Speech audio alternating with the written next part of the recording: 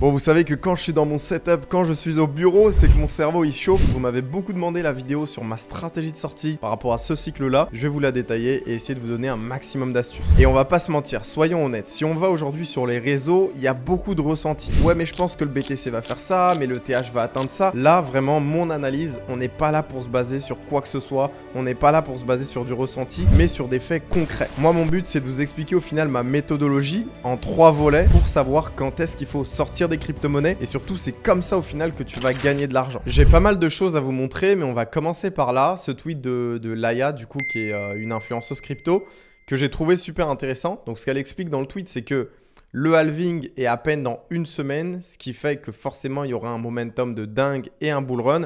Vous allez faire de l'argent mais si vous n'avez pas de stratégie de sortie vous allez perdre tout cet argent là et au final ça ne sera pas une manière pour vous de changer votre vie.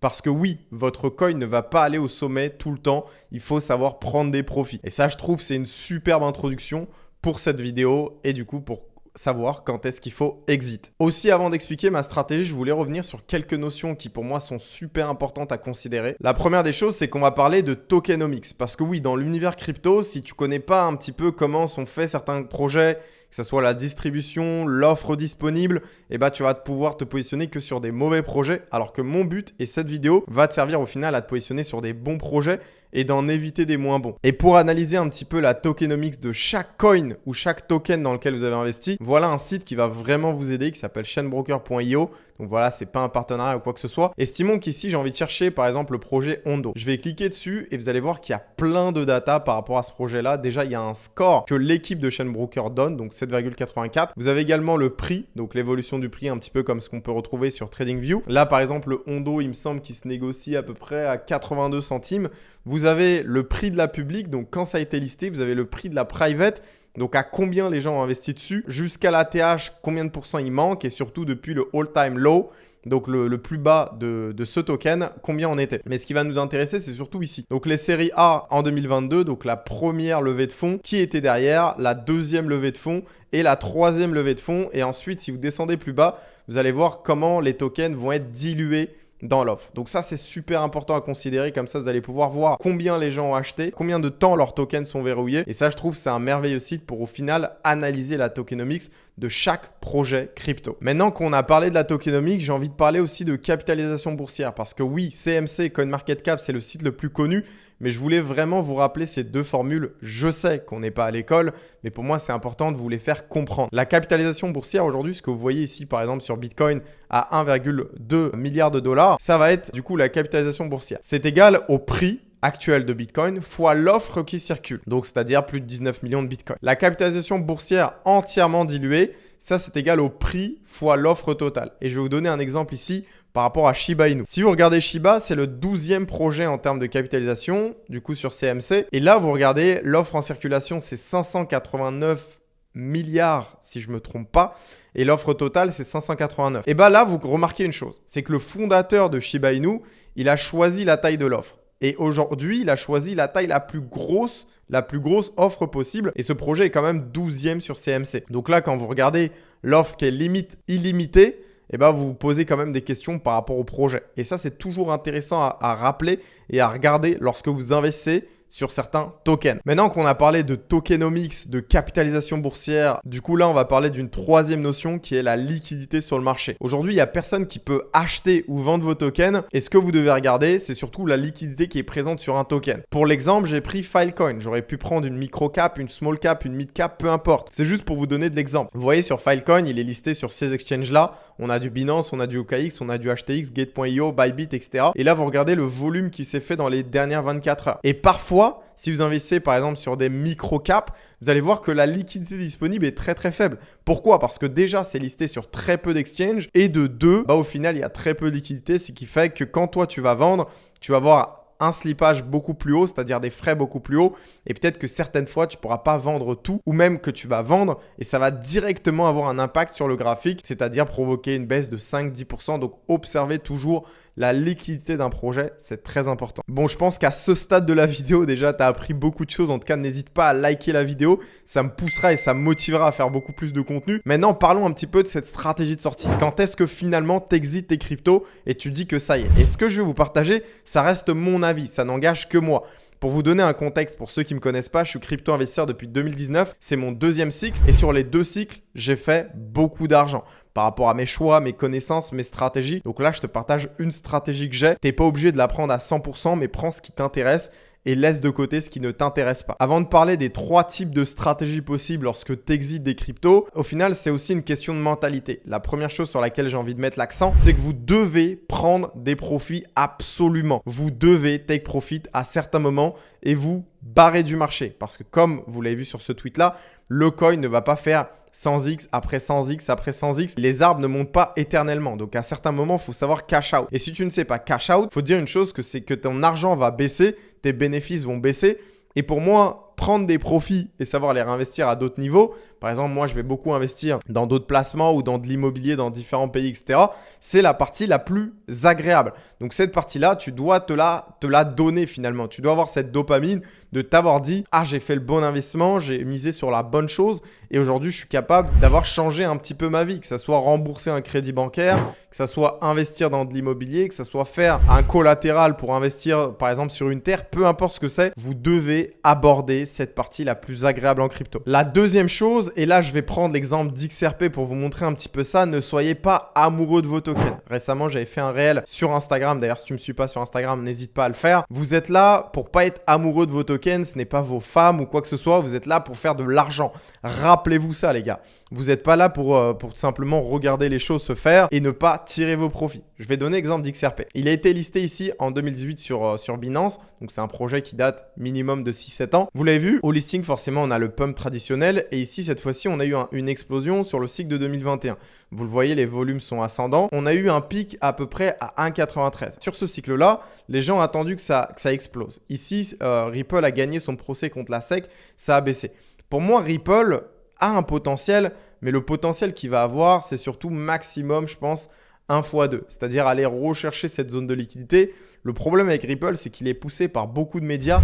Il y a beaucoup de CNBC derrière, il y a beaucoup de médias. C'est la crypto qui est présentée comme la crypto des banques. Et ce que je comprends pas avec Ripple, c'est que j'ai beaucoup d'amis qui sont dessus et qui sont toujours amoureux du projet, qui le voient aller exploser les 4-5, mais qui ne considèrent pas aujourd'hui la capitalisation boursière, les fondamentaux, la capitalisation boursière qu'il y a derrière Ripple, les fondamentaux qu'il y a derrière Ripple. Ripple, ne soyez pas amoureux. Deuxième exemple que je vais vous donner, c'est Chiliz. Pour ceux qui ne savent pas, je suis rentré sur Chiliz à peu près à 1 centime. J'ai conservé ma position pendant 1 an et demi. Et ensuite, il y a eu ce méga pump. Donc, je vais vous prendre à peu près là. Il y a eu à peu près 1000% sur Chiliz. Et en étant totalement honnête avec vous, moi sur Chiliz, je ne suis pas sorti au sommet. Je ne suis pas sorti ici parce que lorsque vous avez eu la mèche, on est redescendu directement ensuite vers les 60 centimes, 48 centimes. Donc moi, Chiliz, j'ai plutôt retiré à cette mèche-là parce que je savais que la phase de distribution allait se faire en 2 étapes. Mais je n'étais pas amoureux du projet. J'étais prêt à cash out sur Chiliz. Donc, oubliez les valeurs numéraires. Par exemple, d'attendre les 1 $ sur Chiliz. Ou peut-être que certains vont se dire que Shiba, le Doge vont atteindre 10 $, etc. Vous devez considérer tous les aspects que je vous ai donnés. Et c'est pour ça que j'ai commencé cette vidéo par la tokenomics, par la liquidité, par la capitalisation boursière, parce que c'est important à considérer. Ce n'est pas que l'analyse technique, mais même l'analyse technique te dit beaucoup de choses que tu peux considérer. Donc voilà.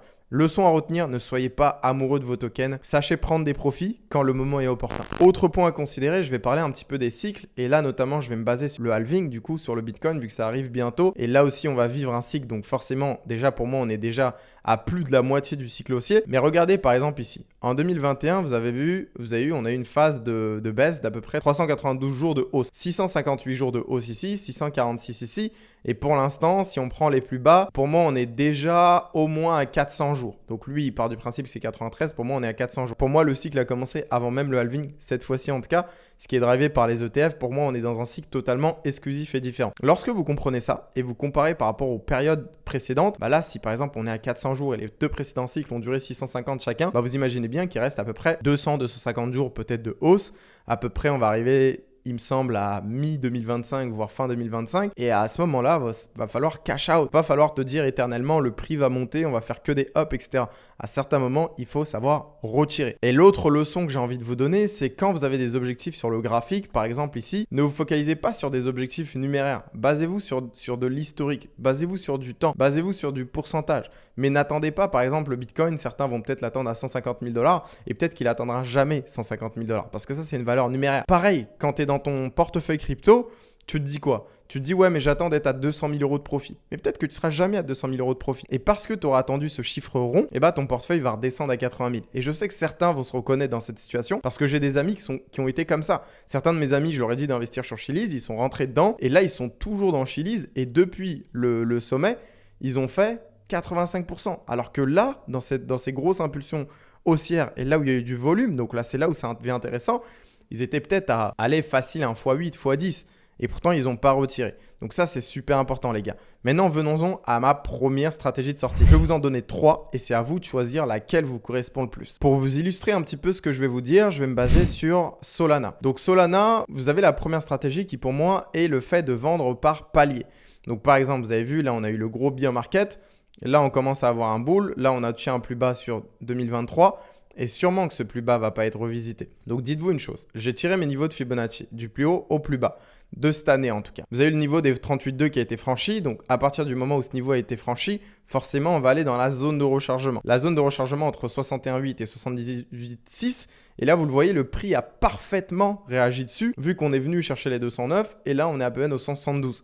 Donc forcément on peut aller revisiter pourquoi pas les 50%, etc. Première zone de take profit, si on arrive à franchir les 38,2 lorsque vous tracez votre Fibonacci, c'est ici. La deuxième zone de profit, pour moi, elle est soit à 100%, donc la deuxième peut être là, le TP2 peut être là, et le TP3 va être dans cette zone. Donc j'ai fait une extension du coup du mouvement précédent, ce qui emmènerait Solana actuellement de 414 à 505 $. Donc là, le take profit est clairement là, et sur certaines cryptos, on est déjà à ce niveau-là. Donc voilà, c'est ça, vendre par palier. Tu vas vendre un premier objectif ici, un deuxième objectif ici et un troisième objectif ici. Et tu peux rajouter plus de paliers. Par exemple, tu peux te faire 4 paliers et à chaque fois décaisser 25% de tes bénéfices. Ou par exemple, tu peux le faire en x3 comme je te le montre ici. Et du coup, de 100% de ta position, tu vas vendre 33%, vendre 33% et vendre 33%. Donc ça, c'est vendre par palier. Je voulais également vous parler de ça, vu que ça peut toujours vous éclaircir et vous rajouter du contexte supplémentaire, même si je sais que vous n'aimez pas ce logo de Marianne en haut à gauche. Mais on va parler vite fait du régime fiscal, en tout cas ce qui est applicable en France. Donc en France, vous avez une flat tax de 30% sur vos bénéfices en crypto. Après, c'est à vous de vous rapprocher d'un expert comptable ou d'un fiscaliste pour en savoir un petit peu plus. Mais le conseil que je peux vous donner, en tout cas de ce que je sais finalement, c'est de garder en stablecoin pour l'instant vos crypto-monnaies, vos bénéfices. Parce que peut-être que sur ce cycle-là, certains vont faire énormément de bénéfices pour réfléchir à une solution optimale fiscalement parlant pour payer peut-être moins que 30%. Donc ça, vous rapprochez des entités compétentes, par exemple un avocat, un expert comptable, etc.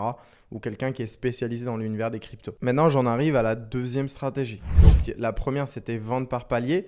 La deuxième, finalement, c'est de cash out totalement. Donc moi, je vous ai dit que Chiliz, j'étais sorti à peu près ici. Donc à la deuxième phase de distribution. Donc à environ, allez, on va dire aux 80 centimes, 79 centimes. J'ai cash out tout mon bag. Comme ça, moi, je suis plus focus dessus et je peux passer à autre chose. Ça me permet d'avoir l'esprit serein, d'être tranquille, de me réarmer en USDT et surtout de pouvoir réinvestir dans d'autres choses, notamment cette crypto-monnaie. En tout cas, les bénéfices que j'ai pu générer m'ont permis d'acheter mon premier appartement, 100% cash, sans crédit bancaire, également ma première voiture. Donc voilà, vendre totalement, ça reste aussi une stratégie. Personnellement, c'est ma stratégie que j'applique le plus. Cette stratégie de vendre totalement, finalement, elle a l'air simple, mais au final, elle est un peu compliquée parce que forcément, il vous faut un peu de niveau pour connaître un petit peu. Moi, je vais pas vous mentir, ce qui m'aide à mort en tant qu'investisseur, c'est le fait que je sois, je pense, en tout cas, un très bon trader. Donc, je vais arriver à voir un petit peu quand est-ce qu'il y a des signes de faiblesse sur le marché, etc. Je vais également pas chercher à timer le top, c'est-à-dire à me dire ok c'est le top, c'est parti. Pareil sur Shiba par exemple, sur le cycle de 2021,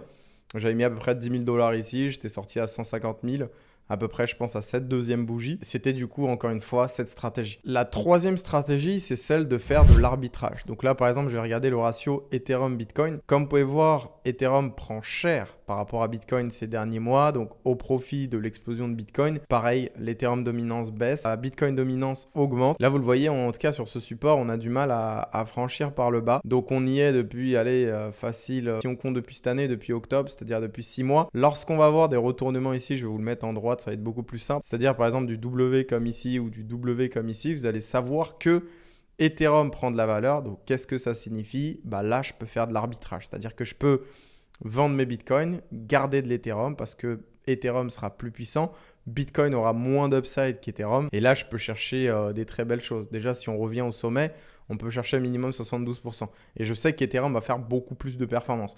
Maintenant, cette stratégie d'arbitrage, c'est-à-dire de passer d'un token à un autre, de convertir d'un token à un autre, de swapper tout simplement, comme par exemple vous le propose Uniswap ou sur d'autres, ou tout simplement le faire sur vos exchanges, c'est-à-dire vendre une crypto pour une autre, bah, c'est un peu plus complexe. Ça aussi, c'est une stratégie un peu plus avancée. Donc voilà, je pense que si je suis débutant, je fais plus de la vente par palier. Ensuite, si je suis intermédiaire avancé, je fais plus de la vente totale. De l'arbitrage, c'est également une stratégie avancée. Dites-moi vous d'ailleurs dans les commentaires, est-ce que vous êtes plus stratégie 1, stratégie 2, stratégie 3 et peut-être qu'il y a une stratégie auquel je n'ai pas pensé. Et je pense que ça serait utile pour vous et pour moi qu'on aide simplement la communauté et de partager un petit peu une stratégie peut-être que je n'ai pas évoquée durant cette vidéo. Autre sujet que je voulais évoquer parce que certains peut-être ne le savent pas, j'ai un canal Telegram où on est plus de 130 000 dedans où je partage mes analyses, mes trades des fois et je vous donne également accès à mon club privé.